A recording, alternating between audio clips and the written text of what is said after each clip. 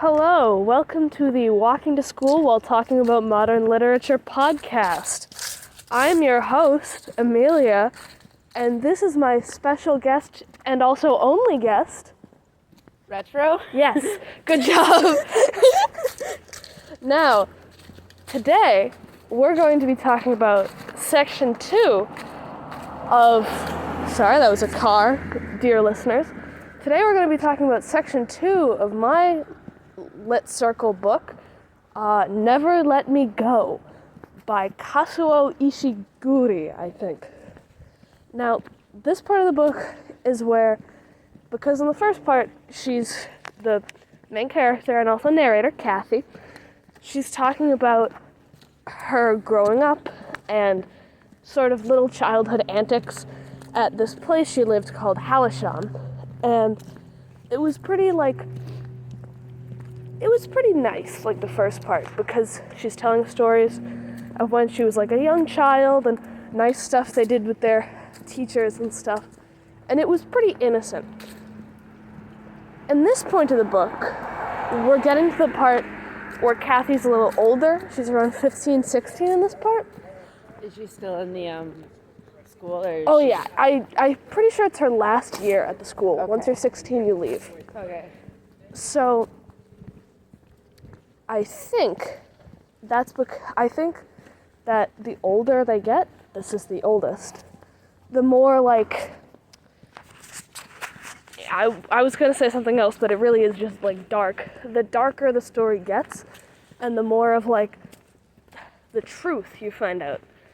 Kind of like what's actually going on here, but right now it doesn't really seem like malicious? No. Malicious, that's it. Yeah. I was confusing it with Maleficent. No, why? So, at this point in the story, there's this one, like, teacher, or they call them guardians, but they really are teachers. Okay.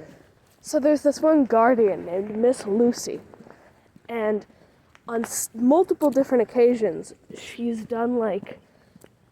dropped weird little bombshells. Like, they were playing outside when it was raining with, like, the boys. Yeah. Because there was, like, a big group of 30 boys. Is it like a split up school, like where it's girls and boys? No, but not really. They just kind of split up naturally. Like, Okay. you know, like in elementary school, yeah. So they're starting to intermingle. They're around 15 at this point. Okay.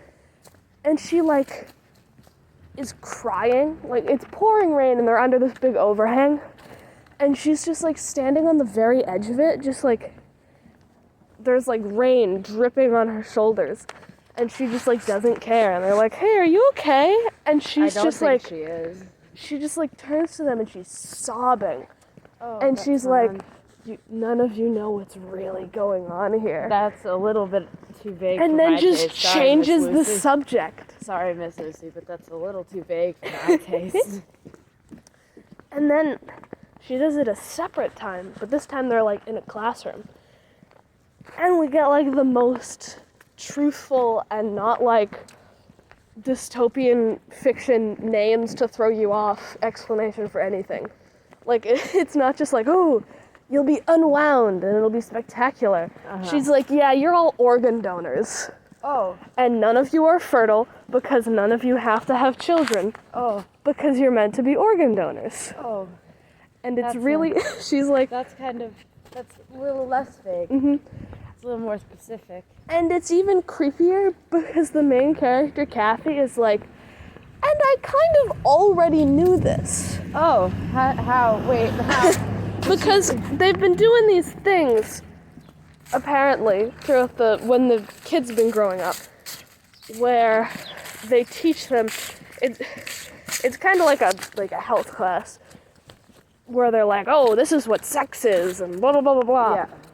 Yeah. But she's talked about how, like, she remembers whenever the sex conversations came up, because that's what everyone would focus on, obviously. Yeah, because The teachers would also slip in, like, little, like, appropriate for their ages, which were, like, 6 and going up.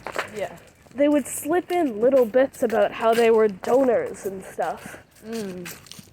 And they never questioned it because they were too young to understand it, but they were just old enough for it to like sit in their heads. So when like a couple years later and they were told more explicitly what it was, they just sort of accepted it. So like subliminal, like, yeah, messaging. That's weird stuff. So I'm pretty sure at this point in the book, they're like, it's weird because they're like kind of accepting it, but apparently there was a period when they were like little where they were scared to talk about it because of course they were the children. But then this kid Peter, who is Kathy's friend, who also everyone bullies mercilessly, it's like awful. And one point he just like stopped, they just like stop because he stops like caring, and they're just like, well, it's not fun anymore. Well, so that's what happens. But That's rough. oh yeah, like they're like mean too, and everyone just kind of accepts it because it's been going on always. But I digress. Okay. There was this one time when they were still being mean to him, but when they were starting to wean off of it, where the kid Peter, Tommy. His name was Tommy? His name is Tommy. Okay. He like falls somewhere, probably playing soccer or something, and he splits like his elbow, like down the middle. And it's not like bad. He just like goes to the nurse. They patch it up. They put like a, like one of those patches on it so he can't get dirt in it and stuff. And it's like fine for a couple days. And then one day he like goes up and he takes the bandage off like around a group of people for like the first time. And it's like all weird and partially like Because it's healing. it's starting to heal. So it's in that gross in-between stage, And everyone's like, that's gross, because they're like 13. Yeah. But this one kid is like, and like with a total straight face, total deadpan, he's like, oh, you shouldn't bend your elbow like that. It'll unzip your whole arm. And he's like, what? And the kid's like, yeah, then you can't do donations. It'll just, one night, even when you're sleeping, you have to keep your arm straight at all times, or else your arm will just unzip.